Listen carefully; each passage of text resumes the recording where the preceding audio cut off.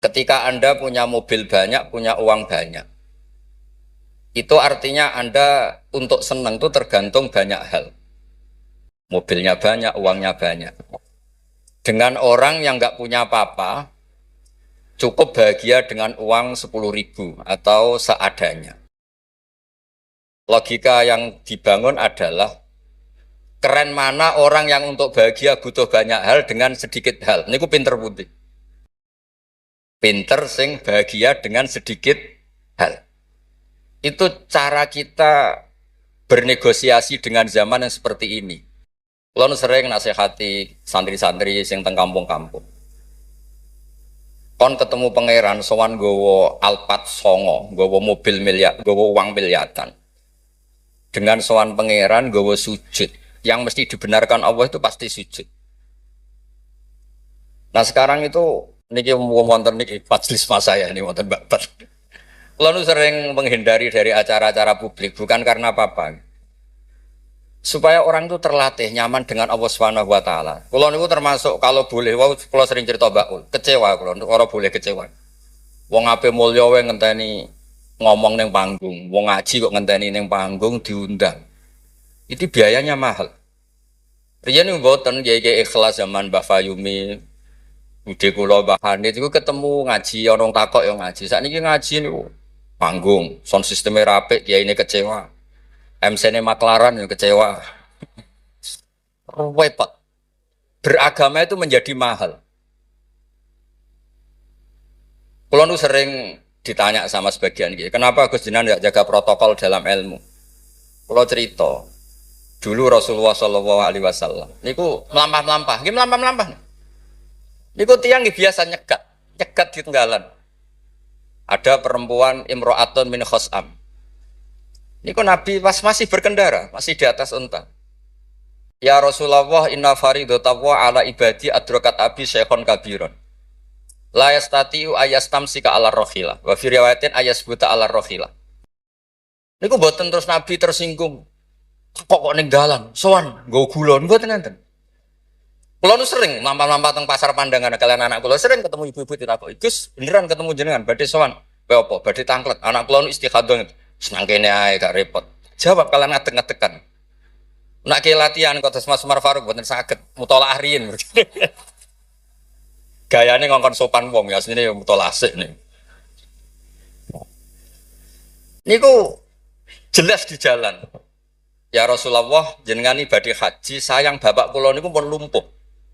Tidak bisa ikut haji. Apa saya bisa menghajikan beliau? Jawab Nabi, na'am, ya bisa. Semenjak itu dikenal ada dua haji amanah. Satu orang yang sudah meninggal, kedua yang masih hidup tapi nopo lumpuh. Disebut hajjul ma'dud, hajinya orang lumpuh. Dan saya di mana-mana kampanye ini supaya ada kesadaran kalau secara teori nggak mungkin haji, niku saged diamanahkan meskipun belum nopo meninggal. Itu disebut hajjul ma'dud. Nah untungnya begini haji ma'dud. Niki wonten majelis Dewan Masyayikh. Sekarang tuh fatwa itu kalau nggak punya otoritas tuh nggak didengar. Ruwet. Kalau jenengan kadung meninggal, itu kalau tidak niat haji, tetap sama Allah ditulis tidak haji. Meskipun anak cucu jenengan menghajikan.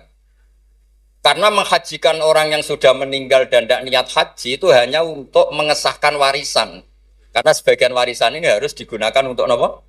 Haji. Tapi kalau jenengan masih hidup dan lumpuh, nggak mungkin haji. Jenengan berkontribusi niat. Wes jong kairiku tua iku dol go kajiku. Innova iku dol go hajiku. Dia ikut berkontribusi. Lalu kalau sering kampanye monggo kalau masih hidup tidak mungkin haji, ikut memutuskan sekarang juga haji. Namanya hajjul napa? Ma'dud. Sehingga jenengan ikut komitmen niat dan ikut memutuskan. Niku riyen nggih namung nuwakan cerita. Mbak cerita, Mbak Fayumi ikhlas, Bu Yohanit ikhlas. Niku Nabi ketemu tenggalan ditakok, ora usah ngenteni bahsul masail terus untuk sangu, untuk podium, untuk panggung. Ruwet kerepotan. Nah dulu bahsul masail itu hanya untuk diskusi mas'alatun muhtamilah. Satu keputusan fikih yang memper kanan, memper kiri itu memang butuh diskusi. Karena memang ada kemungkinan A, kemungkinan B. Kalau nggak perlu diskusi, memang kaulan wahidan itu dulu ya seketemunya dijawab. Saya beri contoh Mas Faruk supaya sampean ngaji ini tambah tahqiq. Misalnya begini, saya ini kalau sama Gus Mail, Mas Mail, yang harus hormat siapa? Kalau menurut struktur keluarga kulo ini pernah nom. Tapi nak nggak struktur umur, ambek mau jadi pengurus besar mau jadi ini. Ya mbak sing hormat kulo. Lalu yang dipakai yang mana? Struktur umur, apa struktur keluarga, apa struktur alim? Karena kita pasti punya status di bab alim, alim ini, di bab umur bagus ini. Terus sampean ketemu wong melarat. Wong melarat itu fadilah luar biasa. Wong sugih fadilah dermawannya biasa. Kalau dua orang ini ketemu yang harus hormat siapa? Sing melarat hormat wong sugih hormat wong melarat. Boten saged nak jare bapak kula ngeten, ana wong melarat tuh matur teng bapak. Enak udah di wong sugih. Poso ora usah kerja, setengok-tengok ning omah ngenteni maghrib. Nah wong melarat tuh wis poso, macul, buruh. Repote koyo nopo? Terus wonten wong sugih, sing jawab yang sugih. Enak wong melarat biasa ramangan. Wong sugih kuwi esuk pecel, awan rawon, sore sithik nyate. Jadi yang ditinggalkan banyak. Nah sampean kan wis biasa ramangan. Lha iku jenenge muhtamil. Setelah didiskusikan ternyata sama-sama repot. Nah itu yang perlu musyawarah Mas Wan. Ada masalah yang muhtamilah. Karena memang kita tidak bisa menjawab dengan kaulan wahidan atau dengan al-mansus. Nah, dulu, ini cerita dulu. Ada ibadah-ibadah yang mujma' alaih sah. Misalnya kita kalau sujud kan dilatih umirtu an asjuda ala sab'ati a'zumin. Al-jabha wal yaden wal rukbaten wal kodamen. Al-jabha 1, yaden 2, rukbaten 2, kodamen 2, berarti 7. Kalau Anda sujud melibatkan anggota 7 itu disepakati apa? Sah. Tapi ulama dulu zaman Imam Syafi'i, beliau zaman ngarang itu sudah ngeper. Wa yahtamilu ayyasihas sujud bil jabhati faqat. Li annan nabiyya da'a fi sujudi sajata laka wajhi. Walam yaskur al yaden warubbaten wal kodamen. Bisa saja sujud itu cukup diljabah sudah cukup karena Nabi ketika berdoa hanya ngendikan sajadalaka wajhi. Nabi tidak menyebut dua tangan, dua rubbaten, dua kodamen. Nah ini namanya mustamil. Nah kiai-kiai kita, guru-guru kita, kados Kiai Fayumi, kados Mbah Hanid, niku nggak mau resiko. Kamu nyari yang mesti sah. Gini ku melibatkan 7 apa? 7 anggota. Tapi untuk orang lain yang mungkin teng desa-desa terbelakang, kamu pakai kaul yang mungkin sah. Dan itu menjadi adat guru-guru kita. Kanggo awake dhewe disiplin, kanggo wong liya napa? Longgar. Karena kalau tidak begitu, kalau ilmu Anda tidak cukup pakai standar ideal, nanti wong desa-desa sing sujute angkrang-angkrang, Bang. Terus dianggap boten apa? Sah. Nah dianggap rasah terus modelnya ra salat. Nah itu cerita keilmuan sing nggak boleh enggak. Terus niki ampun jenengan iri terus Mbah Uli Mbah kula, buyut kula niku gak ada adik Mbah Mufid niki abahe niki. Mbah Hande itu midoane ibu kula. Terus kula nak undang niki Mbah, undang niki Mas. Terus kula nu kalah tuwa. Terus didolimi. Ya anggere bangsa kalah tuwa niku didolimi. Soale dipek menangi dhewe. Ngundang niku mboten nggih jenenge Mbah. Awas ora teko. Faruk ku mboten ngefek alumni kados Mas Adam, Mas Wahid dari alumni sen mboten ngangkat. Mboten terdaftar teng Loh Mahfud. Tapi nak Mbah niki masyaallah. Mboten nate ngekeki undangan pokoke awas wingi ketemu kula teng Lasem. Wis mbok catet tanggale. Ya memang isane Mbah niku ngamuk. Ceritane kunane kuno ngoten. Tetes berfikih, berislam berfikih itu harus luas. Karena kalau tidak luas itu kita jadi yang repot. Misalnya ngeten saya beri sekian contoh yang fikhun muhtamilun. Ada beberapa teori kan ada usul fikih, ada kaidah fikih, juga ada fikih mateng. Misalnya jihad. Jihad itu diterangkan di kitab I'anatul Talibin itu wajibnya karena apa? Fardul wasail lal maqasid. Untuk supaya kita tidak dihinakan musuh itu memang kita harus kuat. Dulu nggak kebayang zaman Belanda datang ke kita kalau kita tidak jihad dengan makna angkat senjata. Tapi setelah era modern ada diskusi, ada dialog. Jihad seperti itu sudah enggak, tapi adu argumentasi. Sehingga kitab I'anah mengatakan fardul wasail itu tidak bisa menjadi hukum permanen kalau sudah hasolal maksud. Kalau Anda ingin mengangkat Islam, dulu itu ya karena musuhnya pakai senjata, kita pakai senjata. Kalau sekarang kan enggak, era modern, ada diskusi, ada argumen, masuknya di ayat qul falillahil hujjatul baligh. Allah itu selalu agamanya dibela logika yang mapan. Saya punya sekian contoh cerita tentang logika. Dulu awal-awal Rasulullah dakwah itu mengajak ila ilahin wahid. Kata orang-orang kafir, aja'alal alihata ilaha wahida innaha adalah syai'un ujab. Muhammad itu aneh, problem kita banyak, masalah kita banyak kok Tuhannya satu. Apa cukup untuk menyelesaikan problem kita? Jadi dulu orang Arab tuh mirip orang Cina. Ini Tuhan bagian hujan, bagian petir, bagian BPKB, bagian gadean itu Tuhannya beda-beda. Sertifikat kok udah pinter. Tuhan bagian nangani widadari katanya Mas Mail.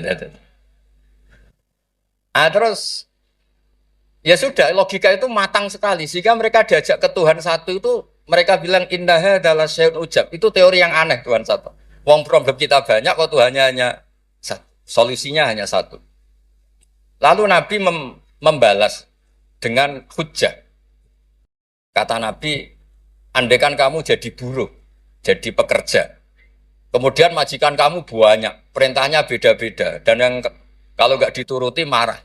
Kamu nuruti satu, meninggalkan yang satu. Menuruti satu, meninggalkan yang satu. Mengabaikan yang satu.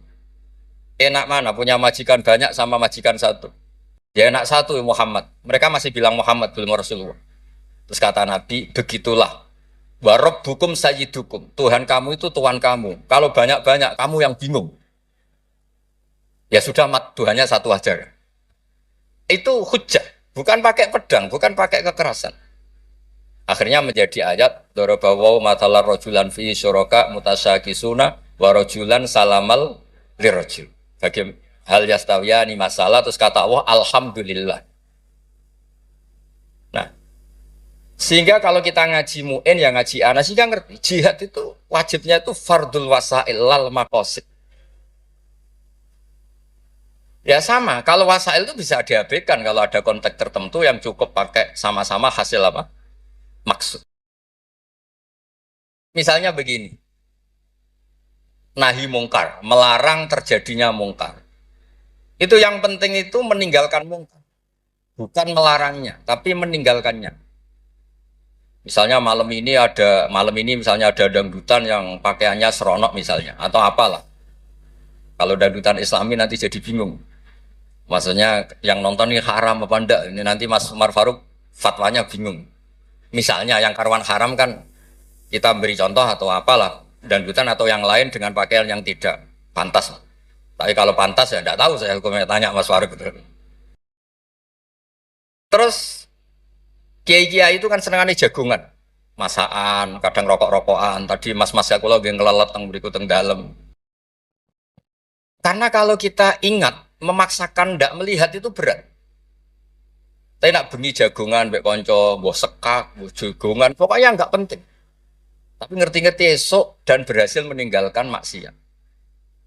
Sehingga kenapa kiai-kiai itu suka jagongan, suka guyon semalaman. Saya sering ditanya orang-orang Islam kota, kenapa sih Gus kiai-kiai NU itu senani jagongan, masakan semalaman? Karena untuk melawan tidak ingin maksiat itu berat kalau kamu ingat-ingat. Ketoknya kok luwih menarik di bang yang di rumah misalnya macam-macam lah mau jenis selerane wong lanang. Tapi nak terus ditinggal masak terong terus ngopi-ngopi ngelelet pokoknya apa lah ngerti-ngerti esok maksiatnya wis bar. Itu lebih gampang. Itu namanya al-inkifaf anil ma'asi. Makanya Saizuddin bin Abdissalam punya teori innal ladzina yarmunal muhsanatil ghafilat. Kenapa orang baik disebut ghafilat? Orang-orang yang lupa. Ternyata untuk melawan ingin maksiat itu harus bil asbab asyaghilah, dengan faktor-faktor yang menyibukkan. Makanya nak jenengan dadi wong melarat tuh sing seneng. Dadi wong sugih sing seneng. Barokah wong melarat tuh sibuk golek ekonomi, wis ora kober. WA orang yang tidak mahramnya, yang tidak halal itu ora kober. Gara-gara mapan itu daftarnya banyak.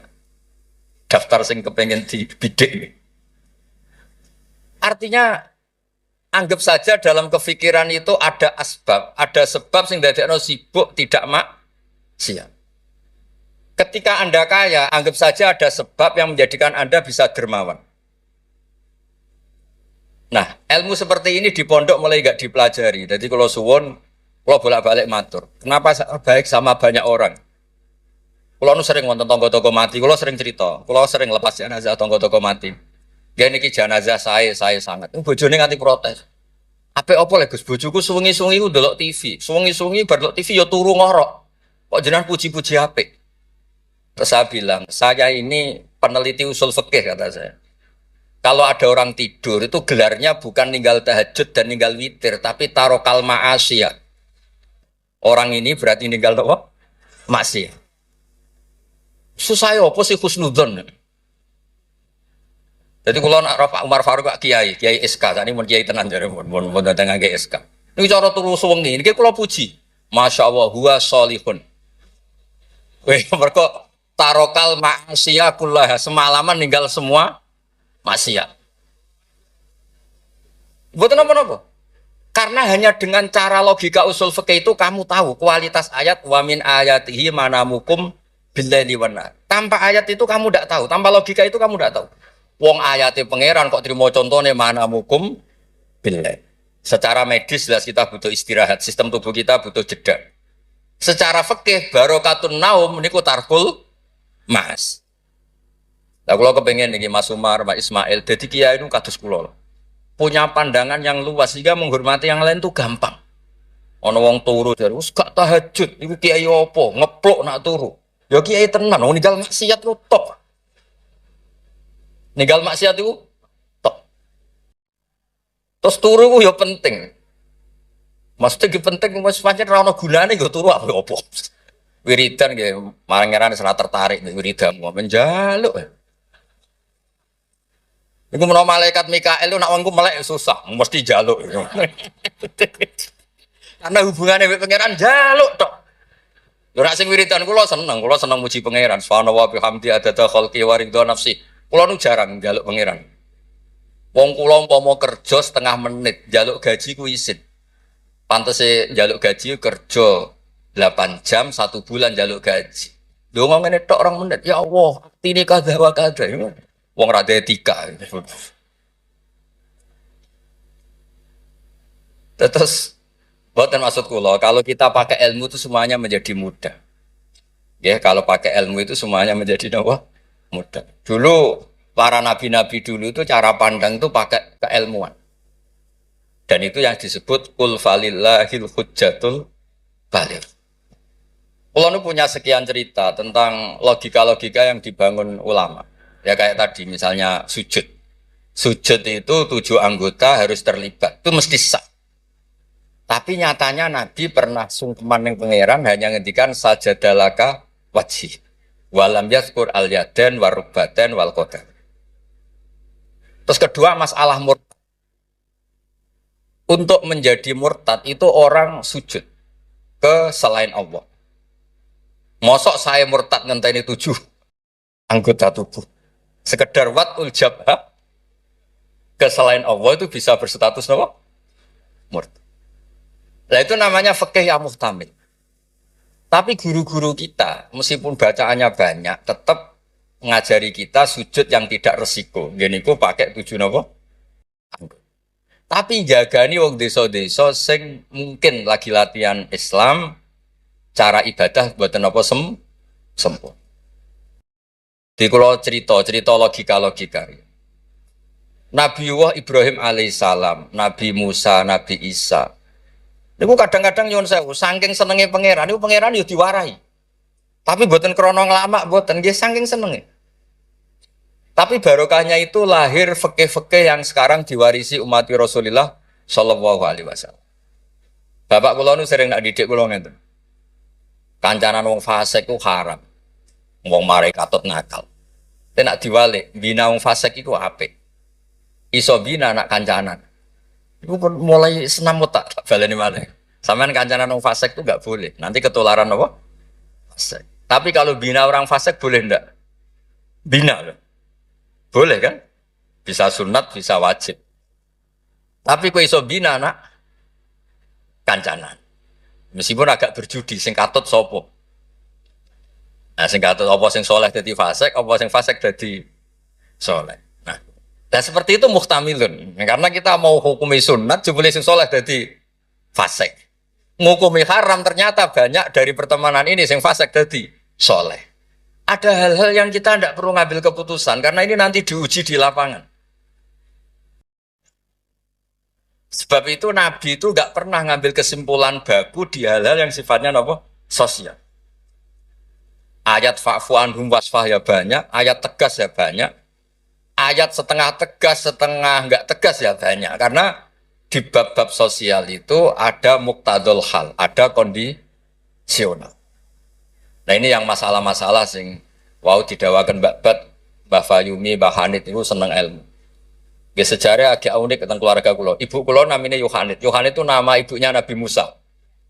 Kebetulan punya mbak Minduan namanya Yohanit juga mondok. Mondok teng Joso terus mulai itu disenengi mbah kulo. Terus rabi terus Mbak Ul. Buyut kulo.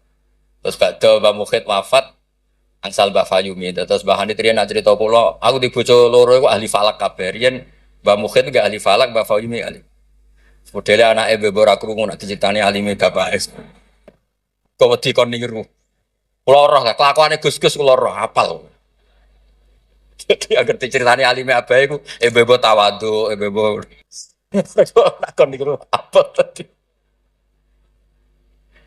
Terus kalau suwon lah di bab-bab tertentu itu baca itu harus banyak. Kalau gak ada kitab namanya Khilyatul Aulia, niki cerita terakhir kalau. Wonten orang tabiin itu alim alama, mimman yutawas salubihi orang yang termasuk dipakai wasilah, saking soleh. Namanya Muhammad bin Munkadir, niku muridnya Jabir bin Abdullah. Niku nak wonten tiang fasik mati. Tiang fasik mati misalnya nyuwun sewu ana wong kok mati oplosan niku kesusu nyolati. Padahal mainstream ahli fikih saat itu kalau ada orang fasik meninggal sebaiknya yang sholat jangan banyak-banyak. Mau nggo syarat gugoro fardhu napa kifayah. Saya ulang lagi, mainstream fatwa saat itu nak ana wong fasik mati sing sholat aja akeh-akeh. Mau nggo syarat gugoro fardhu napa kifayah. Nanti kalau semuanya ikut mensolati dikira gak ada bedanya orang soleh dan orang napa fasik. Tapi Muhammad bin Munkadir itu orang yang kesusu teko. Ditanya, lima datu sholli ala hadal fasik. Kenapa engkau begitu senang, begitu semangat nyolati wong fasik? Jawabannya unik, di luar dugaan banyak orang. Oh apa? Jawaban itu. Inni astahyi minallah. Ayya'lama minni anna qudratahu ta'jizu an ahadin min khalqih.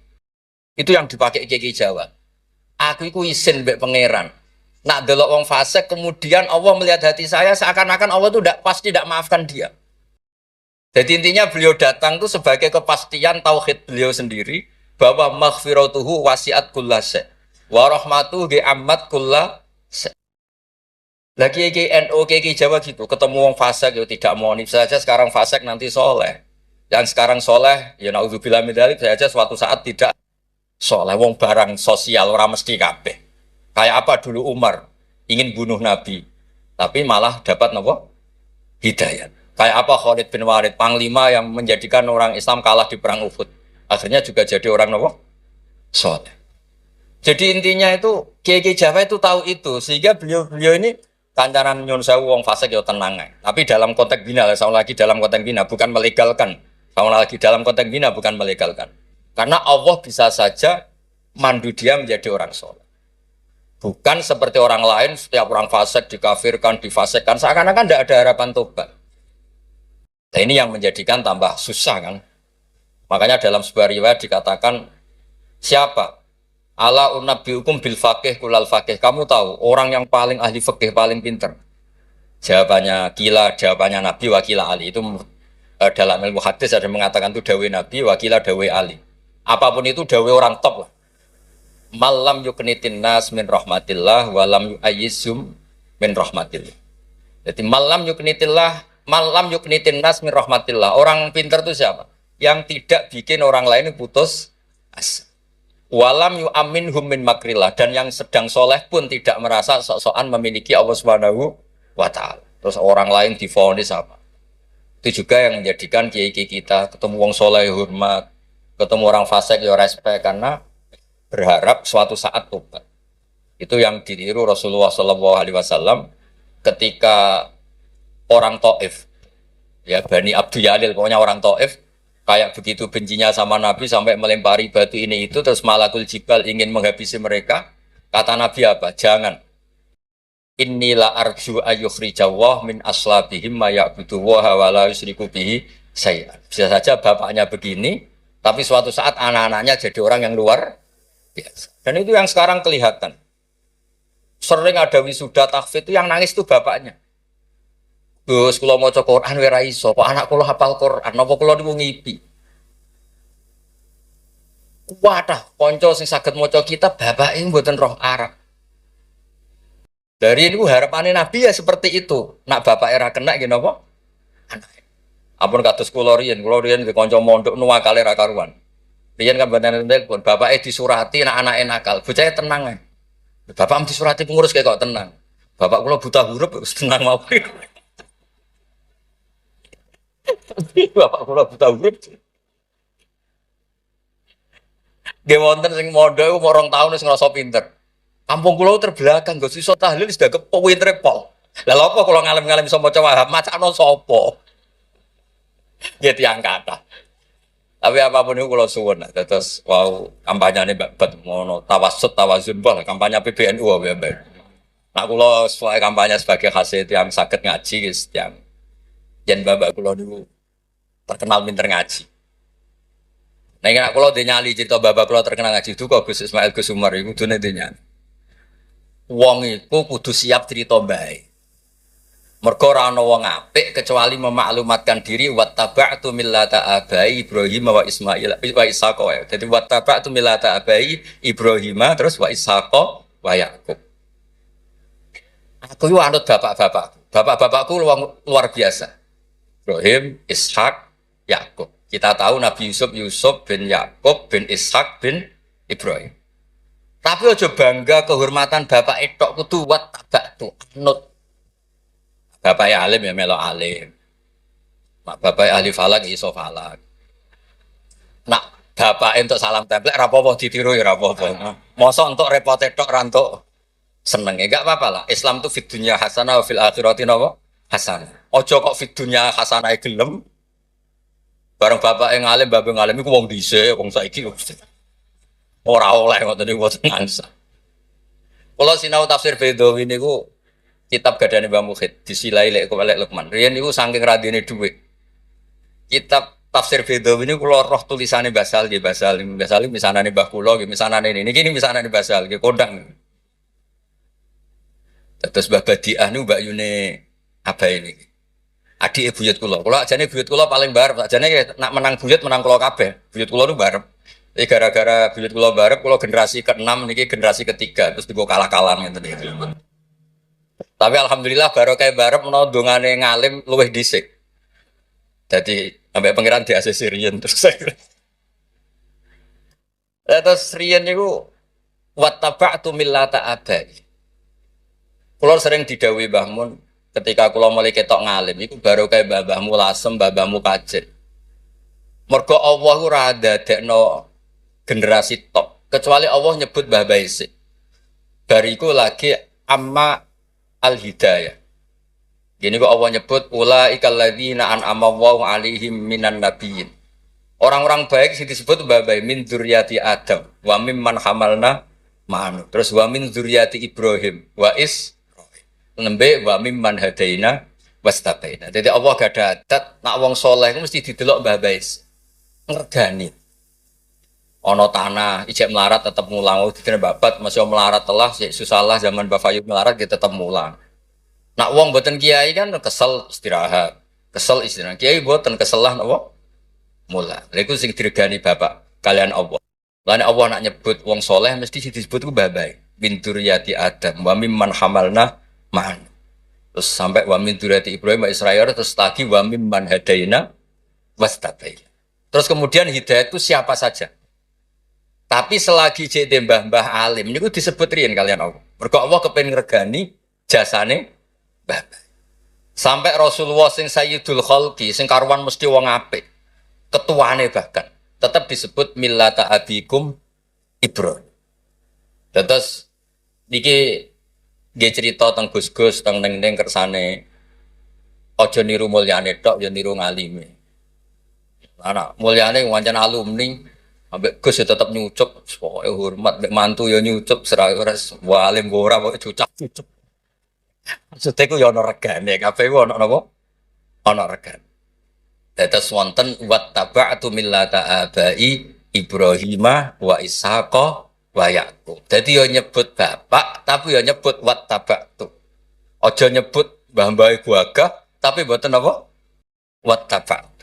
Nggih niku mawon niki kula wau matur, kula pun uzlah mun pamit saja acara ngene nak ngaji kula wis ngaji sing gampang-gampang mawon. Ngaji kok repot nganggo podium, nganggo maklar, nganggo wae nak jenengan eskal hukum tangkret kula ketemu teng dalan kula jawab. Kados wau imra'atun min fas'am. Nabi nu gampang ketemu teng dalan ditakoki gitu dijawab. Sampeyan takok Kiai Faruk mesti teng dalan mboten sopan takok teng dalan. Jebule wau. Mutola. Lha kula nu sering didolakno alumni-alumni sarang sing teng Papua teng pundi-pundi.